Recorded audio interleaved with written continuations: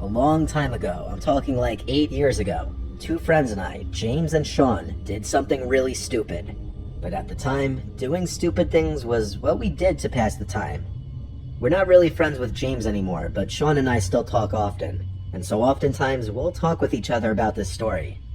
We were 19 years old. We lived in bumfuck New Jersey. Lots of vacant houses in our old town. And atop a hilly road not far from our houses was an abandoned church. Locals knew about the church. It was on a closed-off road, and it had been abandoned for many years. I'm not sure if it's still standing or what the current state of it is, as I live in Florida now.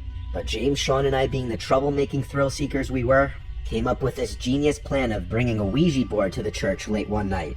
This was October, so I guess we were doing it in honor of spooky season. Sean had the Ouija board in his closet, so he brought it. I drove the three of us, so I first picked up James, then Sean, and we just drove straight towards the church. Since the road up the hill to the church was literally blocked off, we had to park on the side of the road and walk from there. We followed the road up the hill to the church, using one flashlight at first, so as not to overdo it and draw any possible attention. But once we were atop the hill, we pretty much all three of us turned on our flashlights. The church was surrounded by woods in basically all directions, and had a gravel parking lot alongside it. The church had been broken into 1,000,000 times before, and was littered with graffiti, so the big front door was already ajar. Two of us had to work together to pull it open because it scraped on the floor though. Once inside, we naturally just looked around the place with our flashlights to make sure no one else was in there. It was definitely creepy being in that place at night. Sean set up the Ouija board. Then he pulled out these 3 candles from his backpack as well, and he laughed and said it would add to the experience. He placed the 3 candles in a triangle formation around the board, and as they were all lit, we turned off our flashlights. Now the only light in the whole place was from the candles, creating a much more eerie and uncomfortable vibe. We really couldn't see more than maybe 6 feet in all directions, so we began playing with the Ouija board. Sean was doing most of the talking. At this point, I can't remember exactly what he said, but he definitely opened with "is anybody there?" and the typical cliche Ouija board questions. The planchette started to move, and we started to laugh. I knew it was one of them doing it. I feel like it's not possible to play with a Ouija board with your friends without someone jokingly moving around the planchette. We went along with it though, and whoever was moving it spelled out a few words.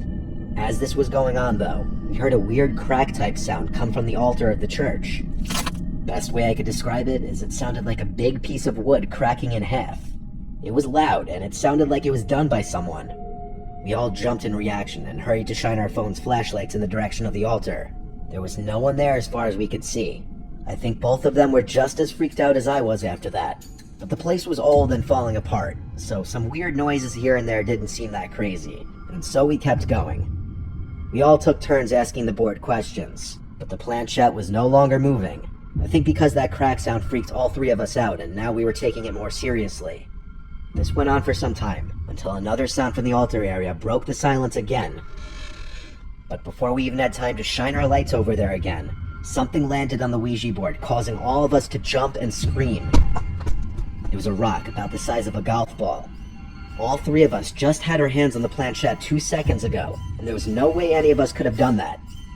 We all 3 got up and ran back out of the church screaming, leaving the Ouija board and candles behind. We ran all the way down the hill and back to my car, and fearing we were being chased, we didn't stick around. I drove us all back to James's house, where we just sat in the car for a good half-hour talking, wondering what exactly just happened. Sean is very religious and superstitious as well. He was confident we had reached a spirit of some kind. I don't really believe in any of that stuff. I believe there was someone else in the church with us, which I find to be equally terrifying. Sean went back to the church the next day with James to get his Ouija board back.